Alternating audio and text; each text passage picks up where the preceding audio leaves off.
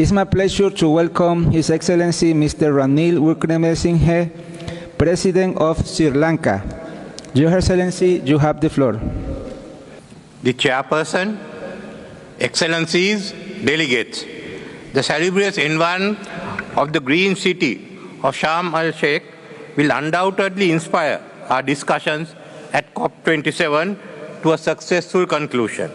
I sincerely thank the Government of Egypt for your warm welcome and hospitality. Mr. Chairman, in order to make my speech brief, I will eliminate the achievements of Sri Lanka in regard to climate change, which will certainly be included in the written speeches. There's only one issue that I refer to in Sri Lanka. Yet for climate action to be successful, wide-ranging measures to complement the UNFCCC and the Paris Agreement must be pursued. The lack of capacity is the biggest obstacle to the implementation of climate action plans. Therefore, capacity building is vital in this regard. To overcome this obstacle, we propose to establish an international climate change university in Sri Lanka with an ancillary institute in Maldives that would be the first of its type.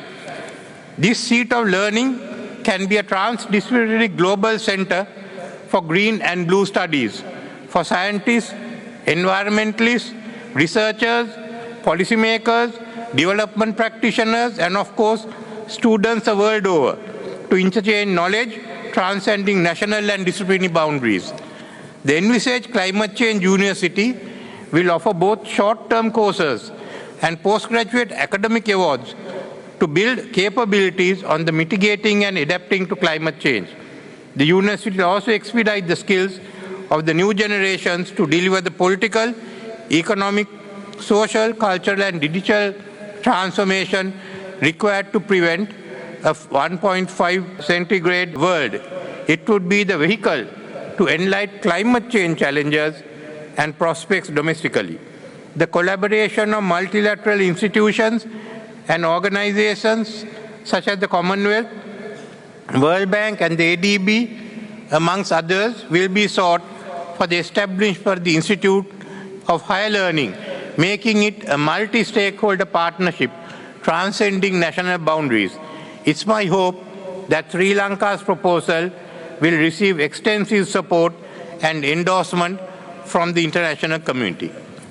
Since the prescription for addressing climate change have to be dispensed in the global domain, we will meet again next year, charged with high hopes. However, the checkered implementation of previous decisions, including those of COP26, is extremely disheartening. Regrettably, the ground reality is that the fossil fuel-based industrialized countries of G7 and G20, who have been the main promoters of green hydrogen, are now backtracking to use fossil fuel. In the last year, carbon dioxide emissions increased by 2 billion metric tons, from 3.3 billion to 36.3 billion metric tons. Such double standards are unacceptable. Developed nations should be giving leadership to overcome climate challenges rather than abdicating their responsibilities. It is no secret that climate financing has missed the target. It's ironic that the $100 billion pledged annually have not been available in the coffers to finance climate challenges, as many developed nations deem it fit to renege on their climate financing contributions. These countries, who are also on both sides of the Ukraine war, seem to have no qualms spending for a war which will finally exceed $350 billion, a conflict waged purportedly for security interests of the combatants. The only security at stake is food insecurity, exacerbated to levels not experienced before the war.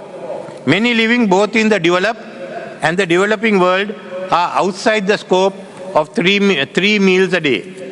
It is estimated that between 30 to 40 million people are being driven into hunger, especially in Africa.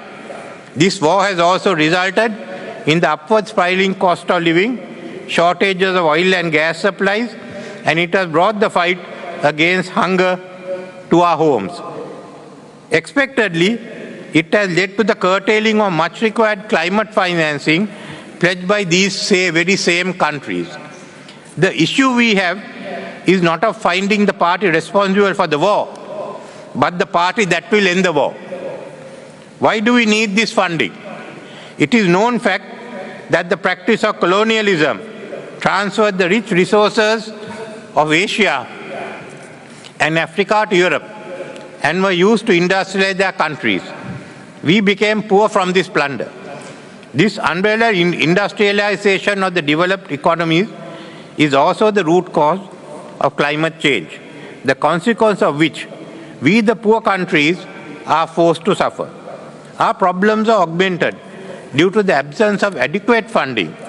Therefore, those in South are facing a double jeopardy, struggling to develop economically while fighting to protect the living standards of our population. It is therefore imperative that the developed countries deliver on their pledges in Glasgow by doubling their funding. Adding insult to injury, damages caused by extreme weather conditions are increasing and their impact exceedingly costly. Considering the failure of the developed world in bringing about the much discussed relief, it is proposed that before we get to Dubai for COP28, like-minded nations should meet at ministerial level to discuss the way forward on all aspects of climate financing. This should be followed with the meeting of the heads of government of these countries on the margins of COP28 to display a collective frame of mind to stave off calamity. In conclusion, let me recall the UN Secretary General's recent word that the choice is between collective action or collective suicide. The vacuum created due to inaction now requires the global display of sustained political will by dynamic action and constructive cooperation on the part of like-minded countries to prevent this catastrophe. Let us traverse this path urgently. Thank you.